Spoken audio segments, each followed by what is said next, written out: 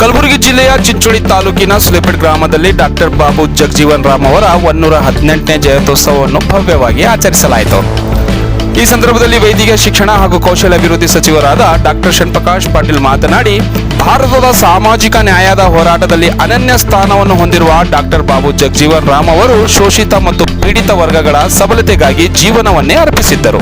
ಭಾರತ ರತ್ನಕ್ಕೆ ಯೋಗ್ಯನಾಗಿದ್ದ ಮಹಾನ್ ರಾಜಕಾರಣಿ ಆಗಿದ್ದರು. ವಿವಿಧ ಸಚಿವ ಸ್ಥಾನಗಳಲ್ಲಿ ಶ್ರೇಷ್ಠ ಆಡಳಿತ ನೀಡಿದರು. ದೇಶದ ಉಪ ಪ್ರಧಾನಿ ಸ್ಥಾನವನ್ನು ಭದ್ರವಾಗಿ ಹೊಂದಿದ್ದರು ಎಂದು ಹೇಳಿದರು. ಈ ಧರ್ಮಸಭೆಯಲ್ಲಿ ಸುಲೇಪೇಟ್ ವಿಶ್ವಕರ್ಮ ಏಕದಂಡಿಗೆ ಮಠದ ಪೂಜ್ಯ ಶ್ರೀ ದೊಡ್ಡೇಂದ್ರ ಮಹಾಸ್ವಾಮಿಗಳು, ಮಾಜಿ ಶಾಸಕರಾದ ರಾಜ್ಕುಮಾರ್ ಪಾಟೀಲ್ ತೆಲ್ಕೂರ್, ಚಿಂಚೋಳಿ ಶಾಸಕರಾದ doctor Avinash Jadhav, Gopalrao Kattimani, Balraj Guttedar, Vinod E Omkar, Vijayraj Kondampalli, Sunil Salgar, Sunil Kapoor, KM Bari, Megharaj Rathore, Maharudrappa Desai, Tahir Patel, Mallikarjun ಗುಲ್ಗುಂಜಿ, ಚಾನ್ಪಾಷಾ Momin, Santosh Rathore, Razak Patel, Revanasiddappa ಅಣಕಲ್, Mastan Ali Pattedar, ಹಲವಾರು ಧಾರ್ಮಿಕ ನಾಯಕರು ಹಾಗೂ ರಾಜಕೀಯ ಗಣ್ಯ ವ್ಯಕ್ತಿ ಭಾಗವಹಿಸಿದ್ದರು.